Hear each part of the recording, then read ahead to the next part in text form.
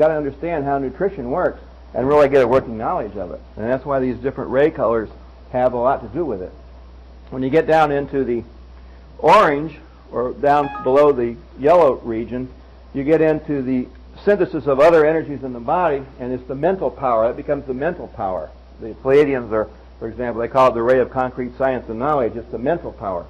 When you get down into the dark blue, you're getting into the astral plane, the emotional body, where you go to sleep at night, the emotional plane of energy. When you get down into violet, you're down at the base of the spine, you're down at reproduction, which then rotates up around to the top of your body, and also causes creation. So these energies are not just static in the body, they're moving all the time. Now, in your body, when you get into biochemistry, and we teach on 3 levels.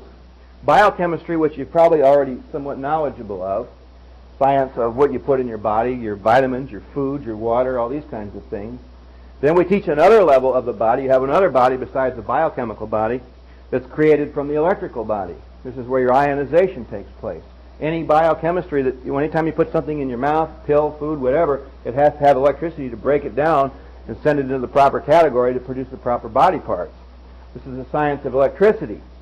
Then you have a part beyond that, which is the science of precursation. This is the intelligence that tells the electricity, tells the biochemistry what to do.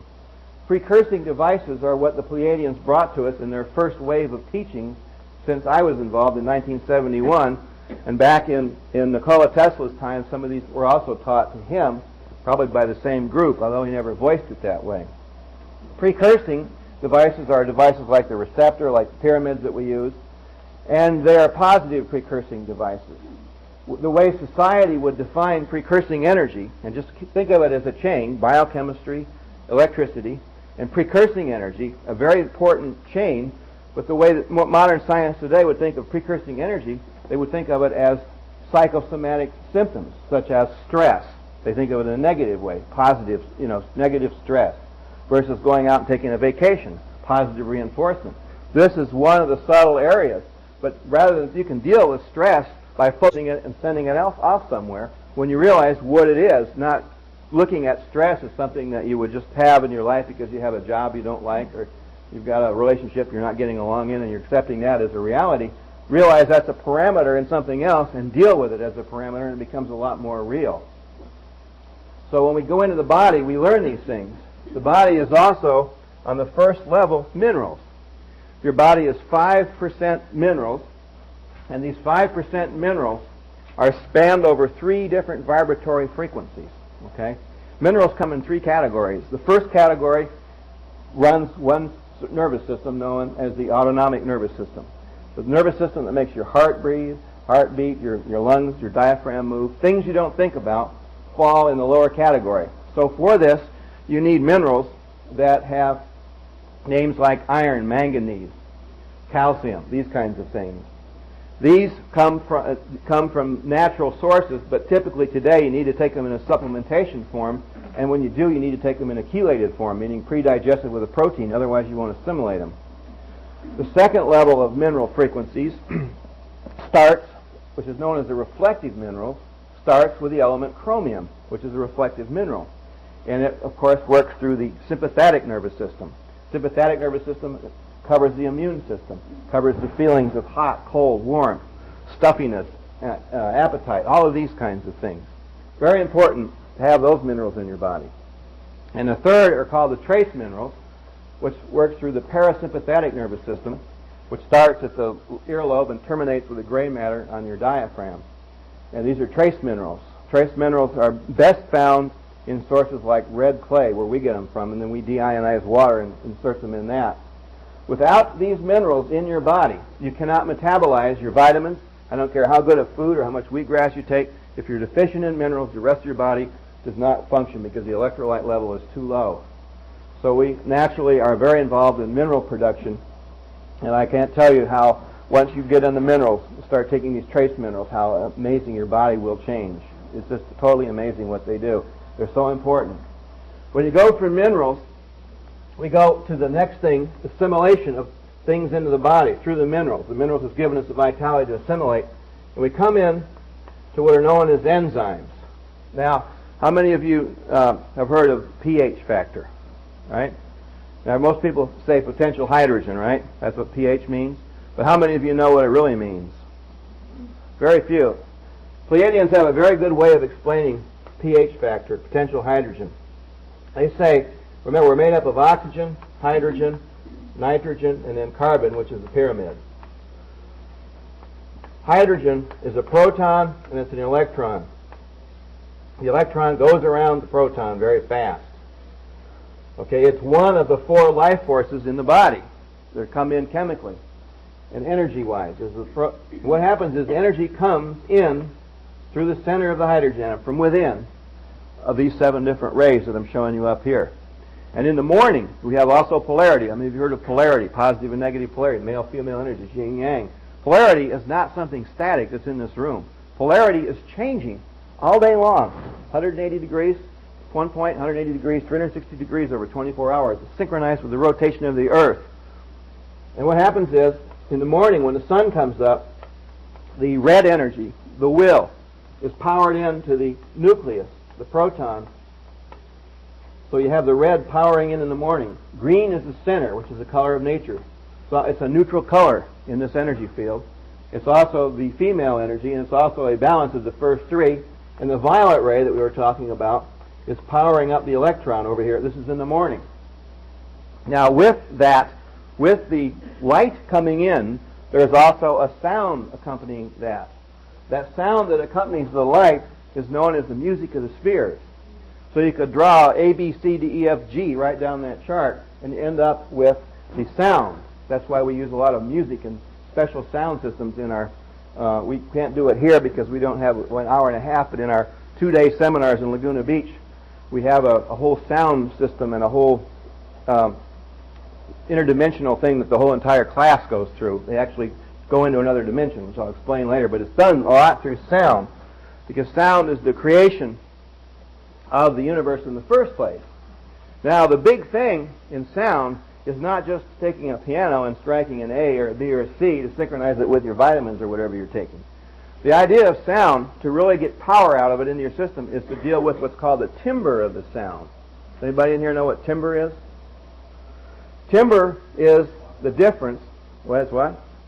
Is what spotted owls are. Yeah, that's right. Timbre is when you play a piano on a middle C, you get a sound. And when you play a violin on the same middle C, you get a different sound. That's the difference is timbre. And instruments that have tremendous power to move consciousness in their timbre are instruments like the sitar, okay? The violin will do it to a degree. And also the flute will do it to a degree. On Pleiades, they have even developed a flute which is called an S-curve flute, because how many of you ever noticed there's a bad flute player and there's a good flute player, you know? Somebody can drive you through a wall with a flute, or they can set you free with it, right?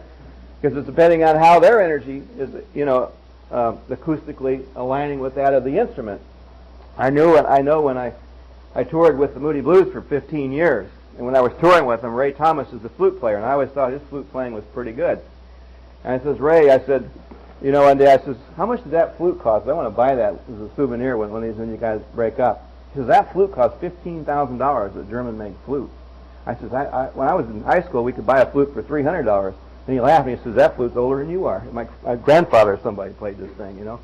And he had tremendous, this flute was so well developed, so the instrument was one with the musician.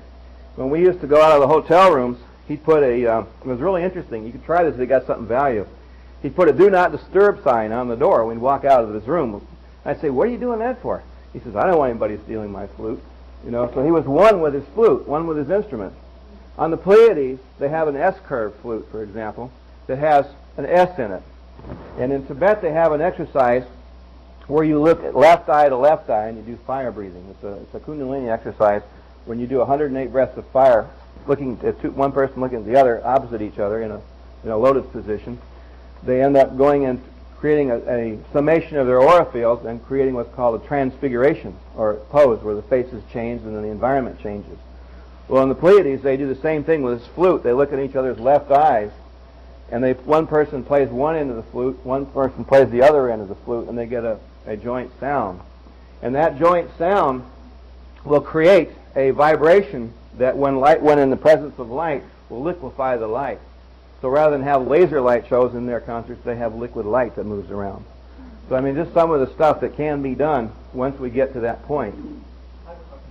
Yeah. Can you comment on if you know about the underground rave movement? The what? Rave, dancing all night long. No. I do it anyway, sometimes. Okay, now, we are looking now back at the hydrogen atom here. I'm getting caught in this metaphor. I've got to go move even faster than this. So anyhow, we have in the morning the red and the violet and the sounds that go with that. As the sun moves across the sky, this switches polarity. So at sunset, the red has shifted over to the electron and the violet has shifted to the nucleus of the hydrogen atom. Now realize your body is reproducing 50 million cells per second if it's healthy. You produce a hell of a lot of cells during that day. And you produce groups of cells over the period of 90 days to 7.5 to 8 years. So this has a tremendous effect. This is 1/4 of all your cellular reproduction facilities. And so that's why at night, for example, at midnight, your thought process is way different than your thought process is in the morning when you get up. You can see why. Because your consciousness is thereby affected. And what regulates this, your body is used to the rhythm of the environment where you live. And what regulates this environmental being used to is the pineal gland in the body. And if you were to be suddenly transported here, at time is at 3 o'clock here, we suddenly would put you in Germany and make it 3 o'clock over there. There would be a tremendous time difference of 8 or 10 hours, 12 hours. You'd have a tremendous problem adjusting, and they call that jet lag. Because your body, your pineal gland, would not know how to resynchronize this unless it's trained. So you imagine the jet lag problems we had in the astronaut programs at NASA, or the jet lag program that some contactees get when they get thrown in a spaceship and hauled off to another star system and back. Eventually it would kill them. It still affects anybody in space that's under 0 G gravity to the point that the body can produce no calcium. And realizing that calcium is used by the heart to beat when it produces actin, astronauts under our current systems as we know them through NASA would die after a while in space because of this one factor. So these are some of the things that you can really get into. I'm just going to hit the surface of it as we go along now. Okay, then we go from minerals to enzymes to vitamins. There's about 20 different kinds of vitamins right now that have been separated by a man. They all break down into 7 vibratory frequencies because a vitamin is the first unit of biochemistry that contains light properties. And what does the body do? The body is basically a light body. The body is separating these light properties into light itself. So it's very important, naturally, to keep the vitamins in a container that the light can't escape. Also, when you're dealing with vitamins, you've got to deal with signs of the times. For example, I would never take a formula of vitamins with copper in it. Why? Because we've got so much copper in our systems now, in our pipes and our plumbing and everything else, that everybody has too much copper. Why put more in your body? Copper has proven to transmit from the parents down to the children, giving the children's proneness to leukemia at birth and cancer during their lifespan. It's been proven down at the City of Hope in Doherty, California. Also, you'd never want to take vitamins with any kind of salt products in it because we have way too much salt in our vitamins already. What about Celtic salt? Celtic salt? We don't use Celtic salts. We use minerals. Okay. Yeah, you don't want any kind of salts in there at all. There's so much to vitamin formulation that, for example, we change our vitamins all the time. We use a huge amount of gotu-kola, photian, ginseng in them now. These are electrolytes. The reason we use them so much is because there's so much pollution from automobile exhaust, jet exhaust, and radiation, radiation poison,